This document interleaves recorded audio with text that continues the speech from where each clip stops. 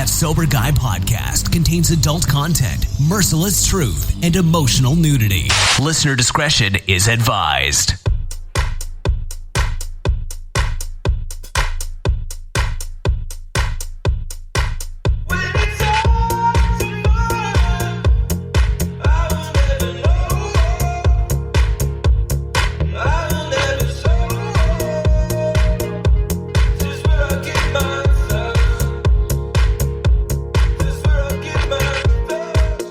Yo, what's up? Thanks for tuning in today. Thanks to Humans for bringing us in, and thanks to you for supporting the show. Today's guest is Daniel Mills. Super stoked to have Daniel on today. He created 911 Buddy Check, and 911 Buddy Check is an avenue for 911 providers to check in or reach out for help in dealing with things we see every day. Cops, firefighters, EMS, veterans, or dispatchers. We're going to get into more about 911 Buddy Check and what that offers. First, a little bit about Daniel. Daniel Mills is happily married to a wonderful woman, and he's a father to an amazing son. He's a veteran of the U.S. Navy, a firefighter, paramedic, an educator, and a critical care flight medic. Daniel became addicted to drugs and alcohol at an early age after growing up in an abusive home and being subjected to mob activity and sexual abuse. Daniel ended up on the streets at 15 and became involved in selling drugs and gang activity. After years of running the streets, Daniel eventually pulled away from the gang crowd and became a firefighter/EMT in 2002. His substance abuse didn't stop with his new career. He continued abusing substances, to which eventually landed him in jail. After overcoming major health issues and legal issues, Daniel began a crusade to help his brothers and sisters in emergency services who suffer with post-traumatic stress and substance abuse. Noble thing Daniel's doing. Daniel Mills, welcome to the show. It's an honor to have you, man. What's up, my man? Doing well, man.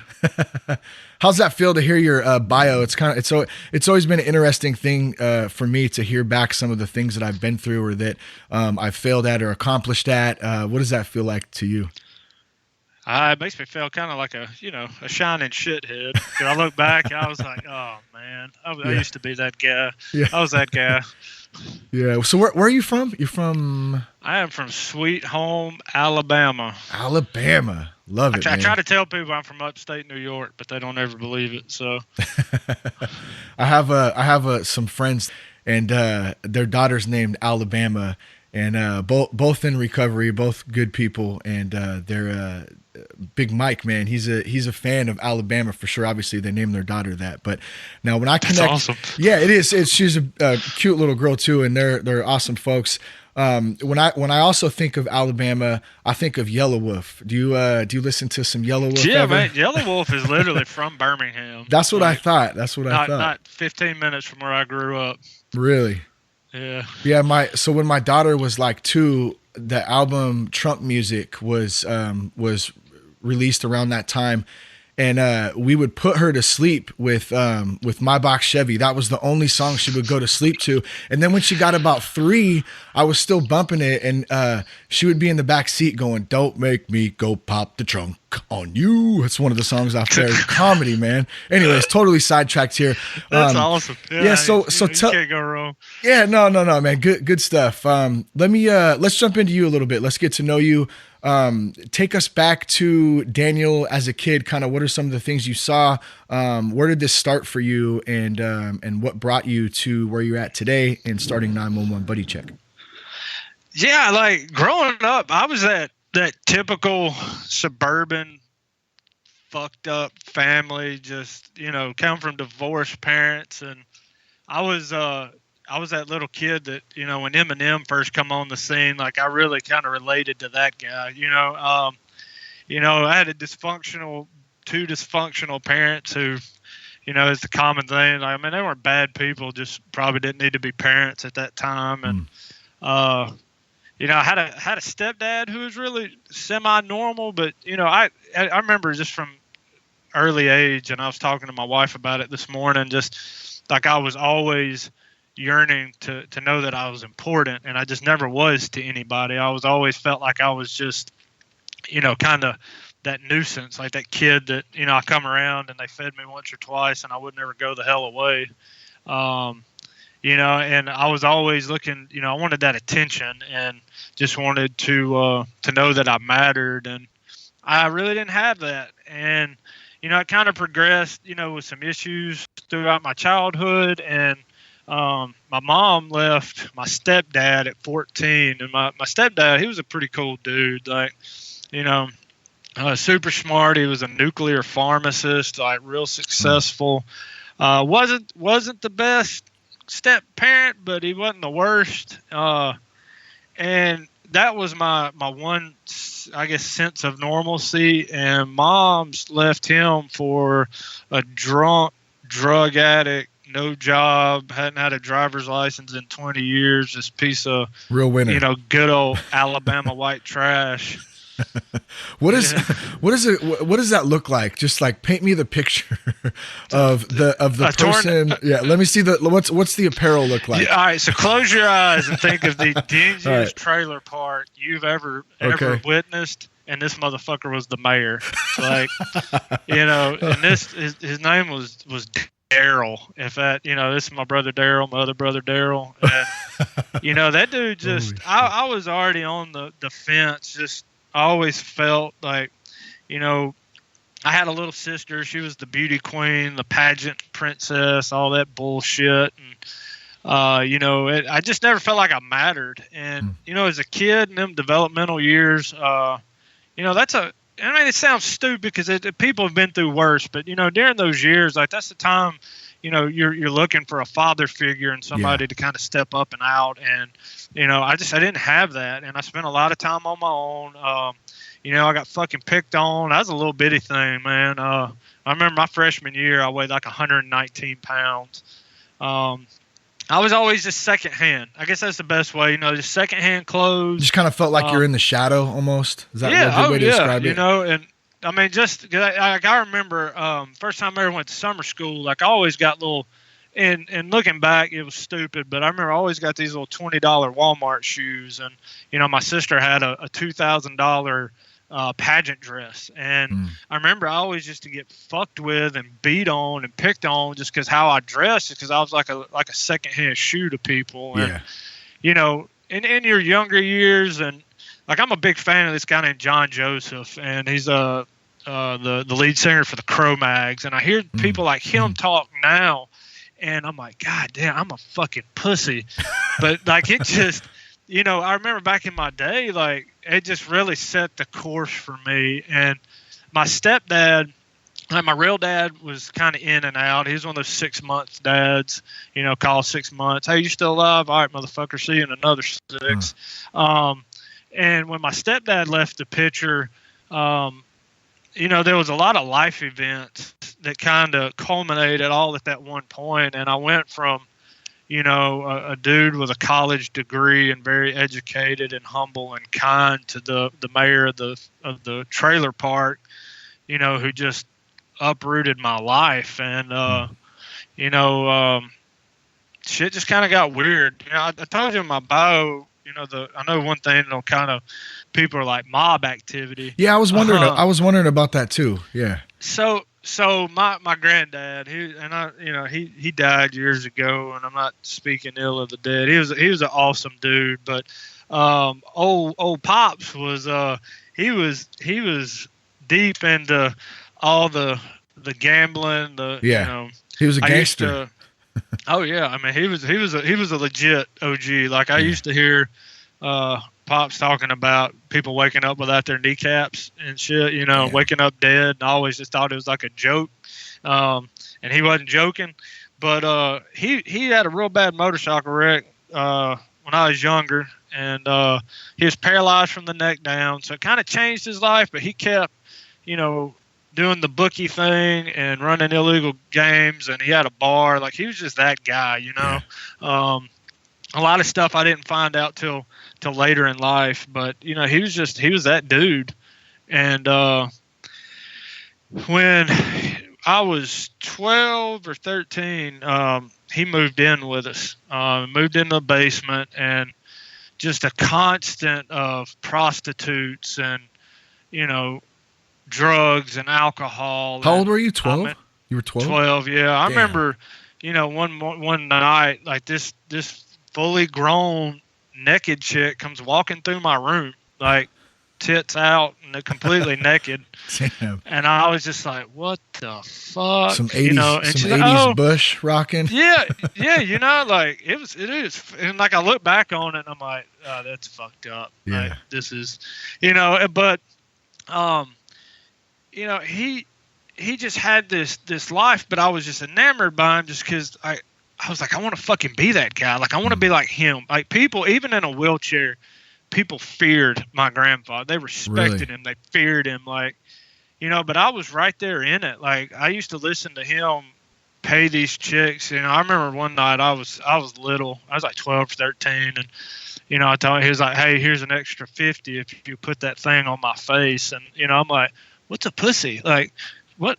And I remember I didn't know what getting head was. And I mean, and at this age, I guess the same age as my son is right now. And, I look back on it and I'm like, no, this is fucked up. This is not normal. Well, at the time too, I mean, kind of you're looking for, like you'd mentioned earlier, you're looking for a father figure. You're looking for someone to be proud of you. You're looking for somebody to look up to. And so he was it, right?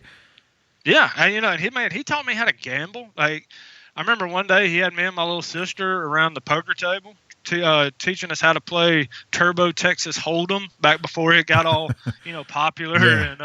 Moms came by and she had a coronary, of course, because, my little 7-year-old sister was at the poker table. But that was my life, like the drugs and, the naked women coming through my room. And he had a gay nurse that was, always like making these really weird passes at me. Nothing ever happened. That wasn't where the sexual abuse come in, but that was a little later. But just always, like, it was just so fucked up. Like, you look back at it and you're just like, yeah, we had a nice house, we're just normal suburbs, but it was just fucked up. I mean, like, no 12-year-old, in their formative years should be seeing drugs. And just something as simple as, like, I would come out every day to go to the bus stop and there would be a manila envelope full of cash laid up against the garage door, and it was always there. And there'd be a different envelope when I come home, and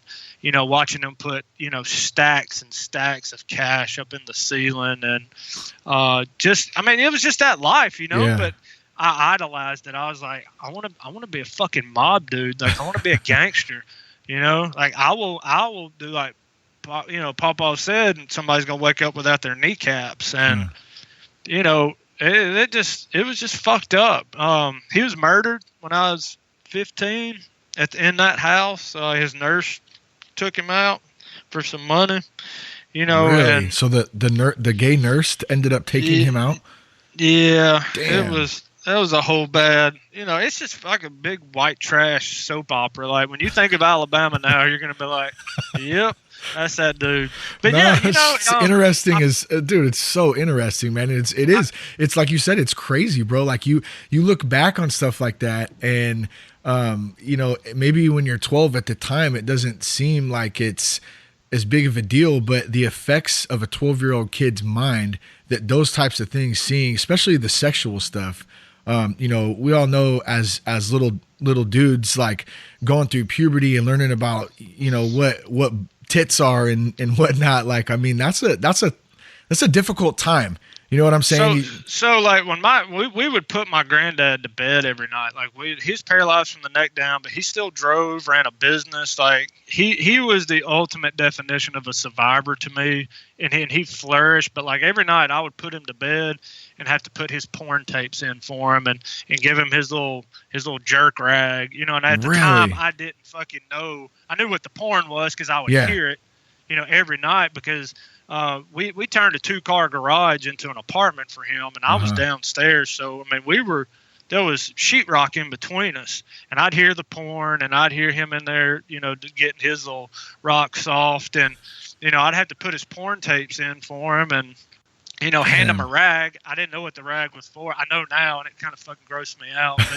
But, like a tube sock or something. Yeah, like, it set me up for what I became. I mean, and so where did that bring you in? Like, when did you start you kind of running the streets, using drugs more often.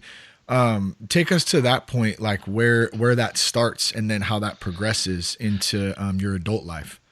So when my granddad died, like I said, we had moved, and when he died, he left mom a lot of money because he was worth a lot of money. So mom went through her little crisis, and you know, like I said, mom wasn't perfect, but she was always present. Like she was always around. Like it was a fucked up, mental abusive. You know, she grew up in a child's home, foster home, like teen challenge or some shit like that. So she came with her own bag of fucking demons and skeletons. Yeah. But so when she left, she started disappearing for like weeks at a time, and you know, come into all this money, and she would like dip on a Thursday or Wednesday or Thursday, leave me an envelope full of cash, and I wouldn't see her for days. You know, and because she was off with this dude, you know, so what the fuck's a 15-year-old gonna do with an envelope full of cash? You know, I'm not gonna invest it, you know, and you know, that's when a lot of my popularity started. I don't want to call it popularity because it sounds fucking cliche and hipsterish. But I got you though. Like you said before, like you didn't have a lot of money. You kind of got secondhand stuff. So now you're 15, you got a little cash, and people probably want to start hanging around you because you can get drugs, you can go do stuff. I mean, whatever, right? Yeah, I mean, I literally had $300-400 for quote unquote a weekend, and I mean, hey, shit, back then, back in the '90s, fuck, that was a lot of money. Man, that was like Jay-Z status then. You know, we're like popping Budweiser bottles. But, you know, that's when it really, I remember, you know, I drank a bunch as a kid. You know, I'd go to the bar with my mom, to my granddad's bar, and they'd always feed me like Jack Daniels and lemonade and, you know, beers. And, you know, my granddad would let me drink beer, but nothing ever crazy. But I was always drinking it. You know, and he had a full bar, you know, at the house, not the one he owned. And I'd always drink rum and stuff with my cousin. But I remember the first night I went to my first party with this dude named Jason and Casey. And they were like, you know, the two guys in my high school. Like they were the shit. And they liked me just because I had money. And then, you know, so fuck, at that point in my life, I had made it. You know, at 15, I had life figured out. And, you know, I remember the first party I ever went to and drinking Budweiser and just puking my toenails up after like 3 of them, you know, and then that's where it kind of started. You know, we started smoking pot and eating pills, Xanax, Klonopins. You know, I would rummage medicine cabinets for old, you know, Loratab bottles and Percocets. And well, like I said, I've never been to Alabama, but I would imagine where you live is kind of a smaller town, right? Is it Helena? Or no, that's where you work. It's Helena. We're a suburb of Birmingham. And, you know, the bar scenes are pretty hype here. And I was going to say, there's probably not a whole lot. There's probably not a whole lot to do, though, other than go out and drink and have, you know, when you're that age. Or is there? Am I wrong? No, and especially back in the 90s. You know, this was 95, 96. Like, there wasn't shit to do back then, for real. What about sports or anything? Were you into music or sports, or was there anything to like kind of keep you? You know, I played every sport known to man, and it was more just because I wanted that attention. Yeah. You know, I wanted to know that I mattered, but the harder I tried, the less I mattered, kind of thing. Yeah. You know, like, my parents never came. My real dad would show up every now and again. But you know, fuck, I was little. I mean, like I didn't put any size on me till about my sophomore, junior year. You know, but I was just a scrawny little kid. But you know, that's really when, you know, Eminem, as dumb as it sounds, really started coming out, and I started to get that like swagger to me because I was just some dumbass white kid from, you know, suburbia. He influenced so many kids. White. Yeah, like this dude is white. You know, I'm like, hell yeah, I can be like this guy. Did you bleach your hair? Tell me you bleached your hair. Dude, my nickname, I will send you a picture. My nickname was Slim Shady. No way. Because if you look at a younger picture of me, like with bleached hair, like I swear to God, I used to have people come up and ask me for my autograph. When I was in full hood mode, like it was pretty bad. I was just a stupid ass white kid for real. But you know, I got tired of hanging out with, like I wanted harder people. Like I wanted to be like I didn't grandpa. want to fuck women. You wanted to be like grandpa. Like, so I started hanging out. Like I remember we went down to the street races in Birmingham one night. I was 15, drunk. First time I ever did cocaine was with a guy named Bookie. Bookie. Oh, what's up, Bookie? Bookie was from the West Side, and he was drinking Tanqueray and Sunny D. Oh, shit. And we polished on my first time ever an 8-ball of Coke. And, I puked for 2 days. But, I started hanging out with, like trap lords and, like legit gangsters. I was the only white dude. 15. I mean, I was hanging out on the West Side. That's really when shit just got really dumb for me. Like, yeah. I mean, and I was just enthralled in it. I was like, fuck, I made it. I hated everything. I blamed everybody else for my problems. And, they just carried. And, I always had some cash on me. And I was always down to, we were doing drive-bys and robbing people. And, I mean, you name it. And shit got stupid real quick. So what ended up, when did that moment come when that changed for you and you went into becoming a firefighter and EMT? What was that transition like? And then let's talk a little bit about how this lifestyle, not addressing it, just kind of moving into another lifestyle, because you were trying to change, I would imagine, but at the same time, it sounds like there wasn't a lot of tools there to do that in a healthy way. What led you to getting into that, and then how did that kind of take over your work too? Well, I was always a poser.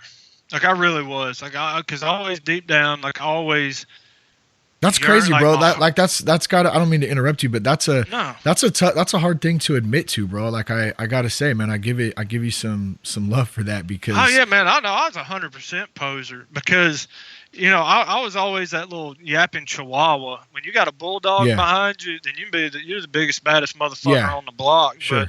But I was a bitch, like, because I was always just a really just a sensitive kid. Like, always tried to help homeless people. Even when I was slinging dope, like, I tried to help. Like, and it was weird, the honor among thieves thing. But no, anyway, like all my friends started like dying, and I'm talking about like not mentally or spiritually. I'm talking about like fucking physically. Like I was burying 2 and 3 friends a month from drug overdoses, from drinking and driving. I was getting into trouble, getting arrested.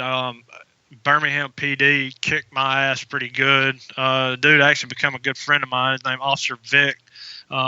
He worked me over pretty good because I tried to be a little badass. Yeah. He proved me that I wasn't. But I overdosed. My friends dumped me in a driveway and just leave me like face down. Luckily, I was face down, because if I'd have been back up, I'd have probably been dead. But somebody driving by just happened to see me. See a body laying in the driveway, and call 911. I wake up. Getting my stomach pumped and all this mess at the hospital, and my family's there, and my mom or her boyfriend, my stepdad. Like it was weird, but I wake up. My uncle, who is a missionary, just happened to be in the States and was like, "I'm going to take him down south. We're going to get him cleaned up." Did the whole detox thing, which sucks because they're like a Christian center, and you just ride it out. Like you nut up, bite the pillow, bend over the stump, whatever you want to call it. And it was rough. And, after I got done, I went back to hanging out with the same people, doing the same shit, and one day my buddy was like, "Hey, let's go check out this fire department thing." And, I didn't have shit going like at all. Like I was just doing odd and end jobs, detailing cars and shit. And, I was like, I'll check it out. And I went and showed up, and I never left.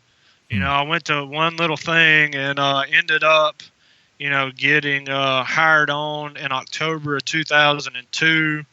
I did a little, they call it a live-in program, where I lived at the fire station. And, I just never left.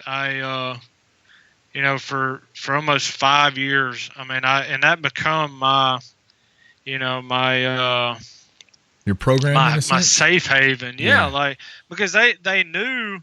They knew, and I never made any bones about it. I was like, I was in a gang, and I sold drugs, and I did this, and I did that, and I caught a lot of shit over it, and I didn't get any leadway. But it for a little while it straightened me up drug wise. Now I kept drinking, I mean, because I thought drinking was harmless, and I went to firefighter school in 2003, and I had my son about a year later, so that kind of slowed me down, but I just kept partying, and I didn't see any issue in it, because at that point it really wasn't affecting my life per se. Were you working at this? Were you working at this time, or were you just staying there helping out? So you were full blown working firefighter, EMT, all that.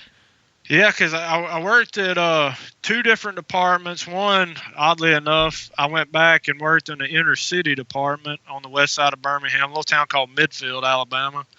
And then I worked at another department where all the rich white people lived, which they're crazier than the people on the west side. But, during this whole time, I just kept drinking and would recreationally hit some Lortabs and Percocets and Flexeril, and but it was one of those things like have you a couple drinks, eat a Lortab, kind of like a lot of people do. I thought it was harmless. No big deal.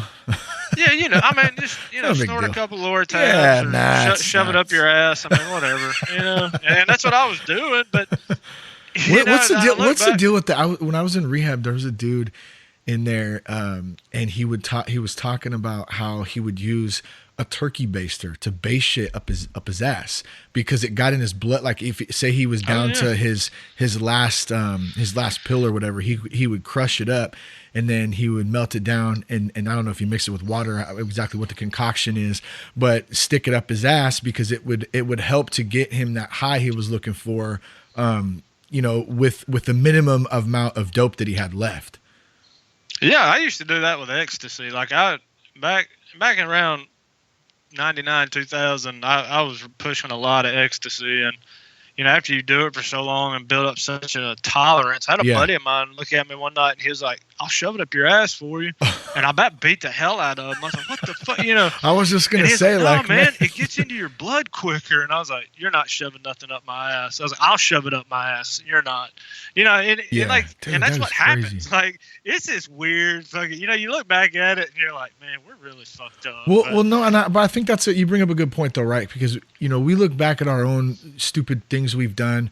Things from a society level have just gotten worse. It seems like with all of the addiction going on in our country as a whole, and so you got to think that what we were doing is still there, but it's also evolved into different avenues, different drugs, different types of ways of consuming drugs, and it's a really, really sad thing when you actually have somewhat. I say somewhat because my mentality can be skewed sometimes still, but somewhat of some common sense to just say like, dude, that is some fucked up shit right there. You know what I mean? Yeah, it's crazy. And you look back and you're like, did I really lay on a bathroom floor of some ghetto club and shove pills up my ass? Like, that's where my life was at. That's where my life is at. Damn. Yeah, dude. Christ. Man, I know but I just want to say though too, bro, like it's tough for a lot of people to be honest about, especially you've talked about a lot of stuff already.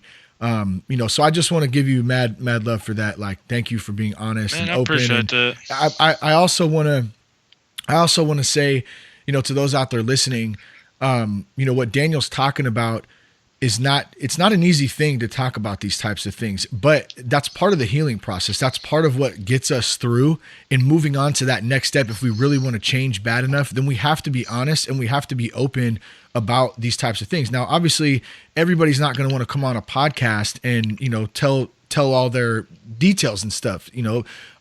Maybe you do it in therapy. Maybe you do it in a support group. Maybe you do it at a church. Wherever you do it, you have a friend, a family member. Like, it's important to talk about this stuff and communicate about it and open that door up to start to heal and to start to find out what can help you. Is it a program? What is it? There's all types of different things. I want to kind of move into the work thing of this, Daniel, with you, because you're a firefighter. How do you say it? Do you say EMS or EMT? Emergency medical responder or emergency medical technician. Is that what it is? I was a paramedic. Or paramedic. That's what, I don't know why the hell I couldn't think of that. So you're doing this, you're still having your own issues, your own demons that you're fighting. Like, what is that like being in that moment? Because are you scared if you get caught that you're going to get fired? Are you scared that you're going to die? Or, because of what you're doing? Like, take us through some of those moments. And then that'll lead us into 911 buddy check. Cause I really want to get into that. That's an awesome service. Well, yeah, like, I was living a lie, like I said, I was a poser. I'd been a poser so much in my life, because when I first started at the fire department, everybody's like, oh yeah, Daniel, man, he was in gangs. He sold drugs. He's cleaned up. He's a hero, yada, and it was bullshit because I had to hide it. Like, because you were still doing that stuff. Yeah. And I was like, yeah, man, fuck drinking, but I was still, and it's like it does with everything else. Like, a little leads to a lot, more leads to more. Like, you have to, and my job, like my personality, like I had to be out there, that's why I joined the military. I'm like, fuck, I gotta, type A, like let's fuck shit up, and I was looking for things to give me solace and give me like a shelter from the storm of my life, so to speak. And I always found that in my job. I was like, if I have to take a drug test, I'm not going to use. Well, then it turned into, if I have to take a drug test, I can only use drugs that I can piss out in 48 hours. Then it started affecting my health. And that's really where everything really started taking a turn, because I was in liver failure at 30 years old.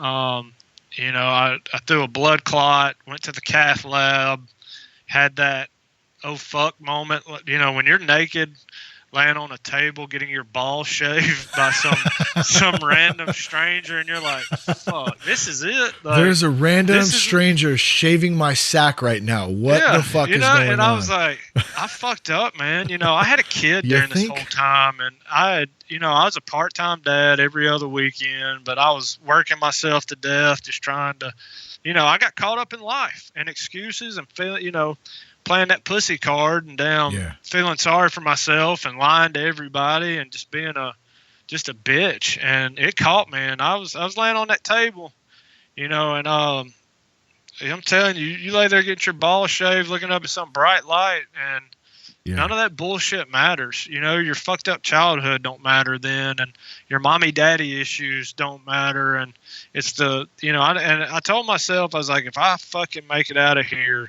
I'm done. So like, would you equate that to kind of your spiritual awakening, like a moment that you finally had, like where it just kind of hit you? Well, yeah, because I asked myself right before they hit me with a whole bunch of Versed, and apparently me and Versed are a wild time, but it was literally that last 30 seconds, because I remember that guy telling me, he said, I want you to count down from 99, and I remember I was crying because I was like, this is my legacy. Because at this point, for 10 years, I was a fucking disaster. Like, you could see, like, I was like a tornado. Like, you could see the path of destruction. But all this time, you're saving people's lives at the same time, right? Yeah. You're out there, you're out there, like, you're out there helping the community, working in your community, probably saved countless people's lives. And at the same time, you can't save your own life, in a sense. Yeah. Well, they say the most broken people out there are the ones that try to save everybody else. And, yeah, that's true. It would be so bad. Like, I would party all night doing coke, snorting Lortabs, Adderall, Xanax, Klonopins. You put it in front of me, I'd have put it up my nose. And then I would leave the bars at 5. Go to Waffle House. It was right there. This bar we went to, there's a little Waffle House close. Mm-hmm. I'd hit it up at 6, run by my apartment, shower off, and I'd be at the fire department at 7. And I'd work for 2 days, and I did this for like 10 years.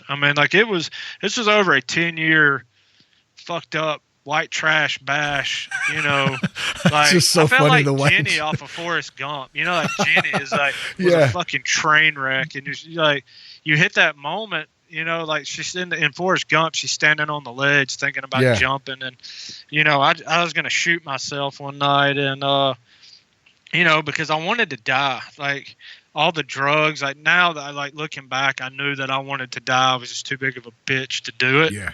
And I was like, if I could just die, like all this will be over, and had a botched suicide attempt, and I would try to OD, and I couldn't even do that right.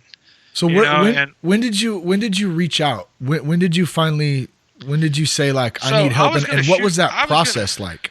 I was going to shoot myself. I worked the shift at the ambulance, had a bad day. I was sleep deprived, nutritionally deprived. I was fucked up. Driving home, stopped, got me a 6-pack of beer, and, everything hit me. I was just like, and this was before the blood clot and all that, and I was just like, I'm fucking done. I went home, got my pistol. I was drunk, sleep deprived, messed up, sit on the floor is me and my dog, my little pit bull. And, the short version, I'm sitting there and she starts biting at me and barking and just going ape shit. And I would like push her off and she'd jump on me even more. And I'm not all that woo woo shit, but I mean, bro, like I'm telling you, she knew. And, about 5 minutes into it, she's like, so I throw her off of me. Like I started getting pissed, and I'll never forget it. She crouched down and had her ass up in the air, and she was just like, it's like she was wanting to play. Yeah. And she jumped on me, was licking me in the face, and man, I just fucking lost it. Well, my biological dad calls. Oh, wow. And we never talk. Like we'll go a year without, and he's like, where are you? And I was like, man, I'm busy. I got a lot of shit going on. And he's like, where are you? Something's wrong. And you can call it spiritual, whatever, but man, and I just lost it. And I was like, I got to get some help. Yeah. And then like physically I was falling apart, my liver was rejecting everything I was doing. Like I got depressed, like everything was it was fucked up, and when I got out of the hospital, I spent like 7, 8, 9 days in the hospital. I felt like hell. I battled health issues after that for like a year and a half because I just destroyed myself. Like everything, like you got to pay the piper eventually. And everything that I had done, all the drugs, the booze, the diet, just it come up and bitch slapped me, and I was falling apart. I was depressed, alone. Like it was just me and my dog, and I mean it was just bad. Like I had nothing good other than my kid, and I was even fucking that up. Like I was horrible. Yeah. Like all the times that them dad moments that you should be having, like I was more worried about making fucking excuses and partying and chasing ass and drugs, and it was just bad, man. So luckily during that time at the lowest point of my life is when my wife walked into my life.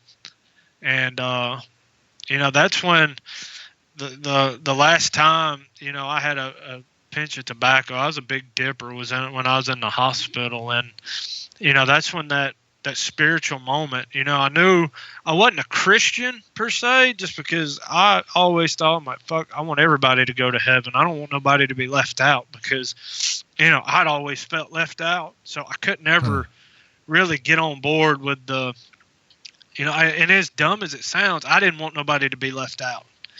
But I knew like something inside me was changing. Have you ever looked at it though like this, like that maybe, and I totally feel you. I'm with you 100% on that. I don't want anybody to be left out either.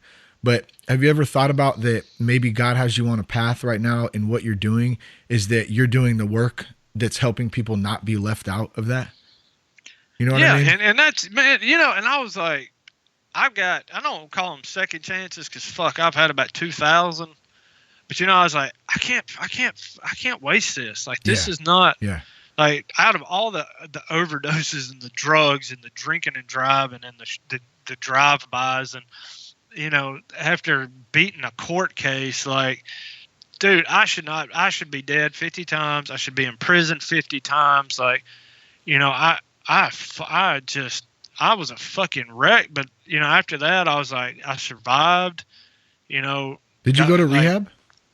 No, man. I cold turkeyed it. Really? I told, when Kayla and I first started dating, like, I to close people knew how fucked up I was. And, and I told her, I said, I'm fucked up. Like I was on meds, and dude, she never went anywhere, and to be, a young girl and like help me get a CPAP machine because I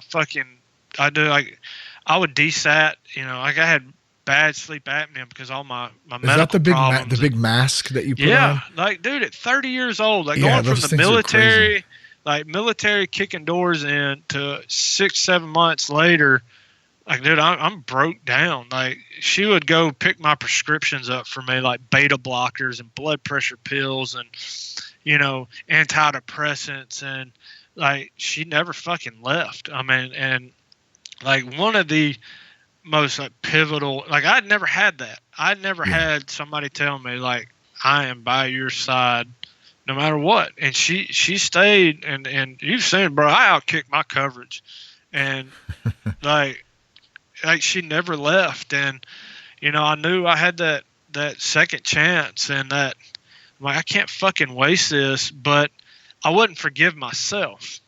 And that's where a lot of your show come in. Because I went through a year of moping, just feeling sorry for myself, trying to be positive and trying to, day by day it.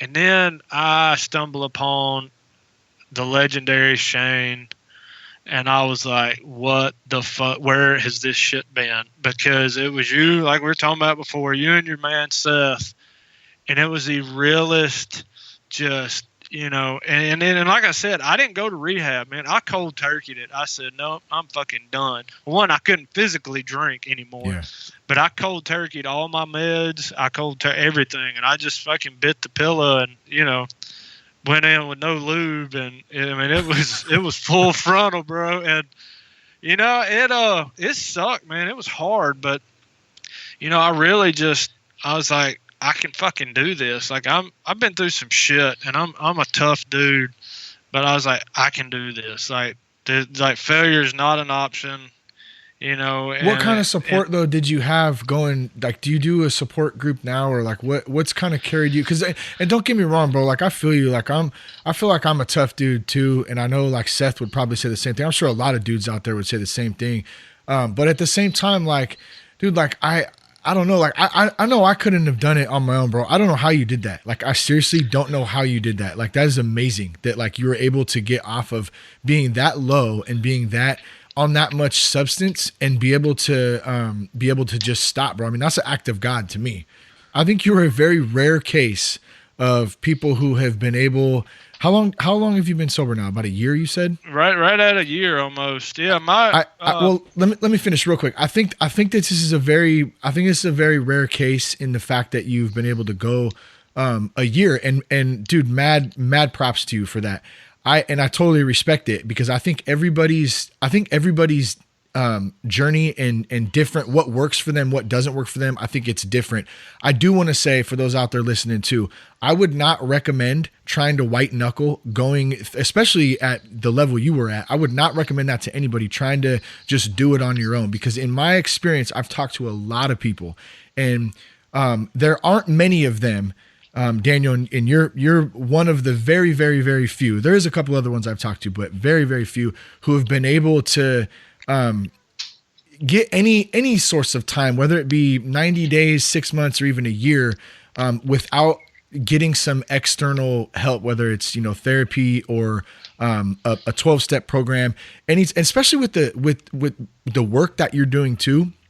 So I just want to say that, and just kind of as a disclaimer out there, I would not recommend that to anybody out there. Yeah, don't fucking do what I do, because I'm so fucked up. Well, that's kind of what I want to get into now. So tell us about 911 Buddy Check and how that's helping you and how it's helping other people out there. So I've always been really introspective, and I like to watch people and see why I'm fucked up. And I started looking. I'm like, we live in such a judgmental society. Fire, police, and EMS and dispatch, it's even worse. My boy David was my first paramedic partner. Was just a stone cold badass. Like, he was that guy, like the John Wayne of EMS. I saw him on a Friday, and prior to this, I'd been talking to some friends. I'm like, man, we really need to do something, because we just had just a shit ton of suicides. I mean, like, it was insane. Stone cold badasses of EMS and fire here who were giving in and giving up. And I saw my boy David in the ER. We flew in, dropped the patient off, and he was on the ground truck. Talked to him, man. We stood there and talked for about an hour. And I knew something was up. Like, just, it was, you get the weird feelings. And I didn't say nothing. And as much of a badass as I try to come across, and, I'm not scared of anybody, and I didn't ask the hard questions, and David got off the next morning, got off the truck, told everybody he'd see him later, and went committed suicide. David was the last person that I ever thought in a million years would have done that. So I was talking to some friends, and I was like, fuck, I'm over this. I'm tired of it. How do we reach out and just tell people it's okay not to be okay? Like, it's okay to be fucked up. We're all fucked up, but I was just putting my toes in the water, because I was my own worst enemy. And I would be like, well, yeah, I can't make a video on Facebook because people know me and know my past, and they may say this, and this. Or, I can't do this because nobody will back it, because they know that I'm this, and this. And that's where you came in, and a whole bunch of others. But, like, finally, after David, I was like, fuck it. No, we're, and we just started doing weekly buddy checks. I mean, it was like the veterans.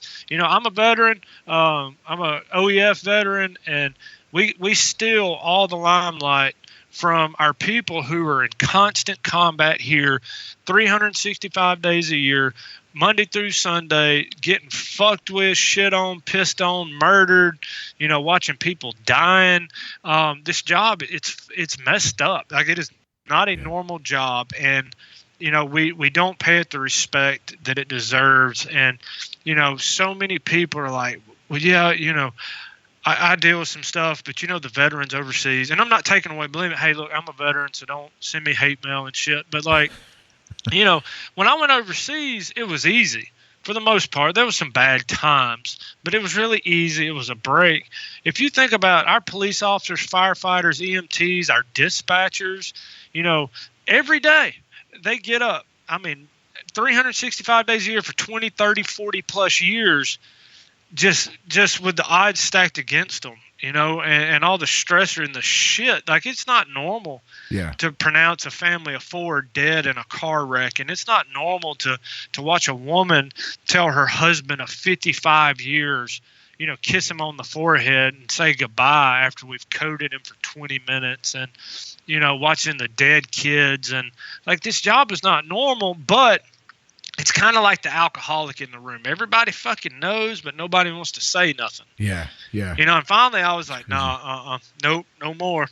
We're saying something. So I got on Facebook, and I was like, 911 buddy check. Nobody had done it, and I just started every Wednesday, saying, hey, check in with me, let me know if you're okay.